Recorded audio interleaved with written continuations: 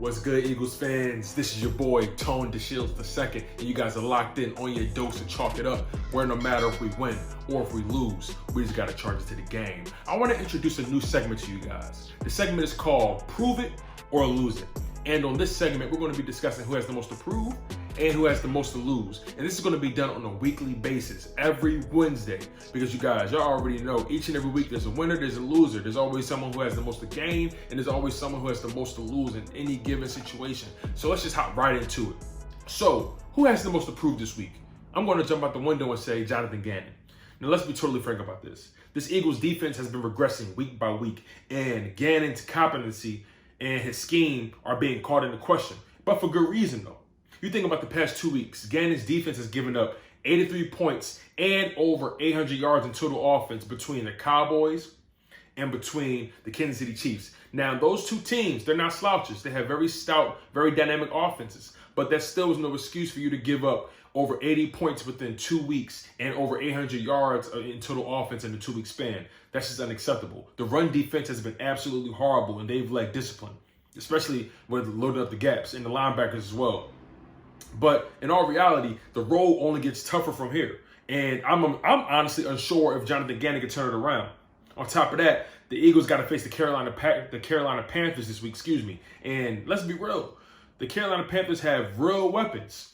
DJ Moore, Robbie Anderson, Christian McCaffrey, and Sam Darnold is playing his best football right now. Who knows if he's going to improve, but right now he's playing his best football, and the Carolina Panthers got that man looking so good, especially with the actual weapons around him.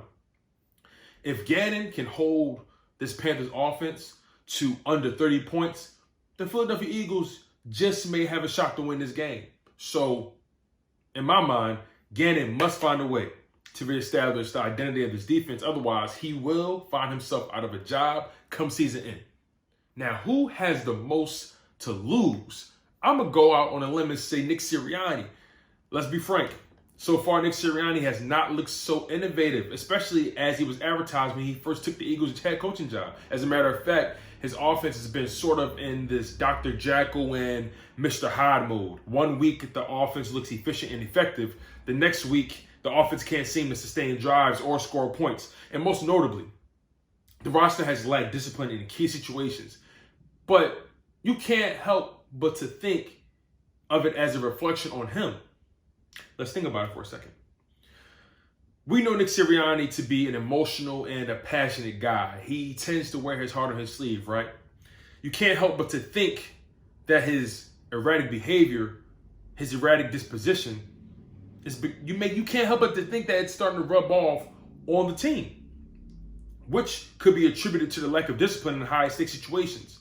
Now look, there's nothing wrong with passion. I'm a passionate guy. I give you guys my heart and soul all the time with this content creation. But when it doesn't materialize into wins, when it doesn't materialize into success or a cohesive or consistent offense, passion and emotion can begin to be a crutch rather than a lift.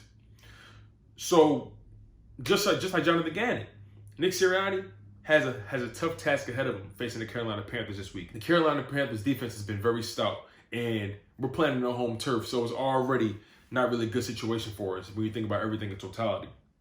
If Sirianni doesn't find a way to lead his team to wins or establish some level of a competent offense, he may not only lose the locker room, but he may lose his job. And it's straight like that, y'all. Like I said, I believe Jonathan Gannon has the most to prove, and Nick Sirianni has the most to lose. But that's just my opinion. What do you guys think? Who do you guys think have the most to prove this week? Who do you guys think has the most to lose this week? Put your thoughts down below in the comment section, and I can't wait to read them. I'll catch up with you guys later. I'm your humble host, Tone DeShields II. You guys are locked in on your dose to chalk it up, where no matter if we win or if we lose, we just got to charge it to the game. One love, stay humble, stay healthy, most importantly, stay hungry. The flag was fly.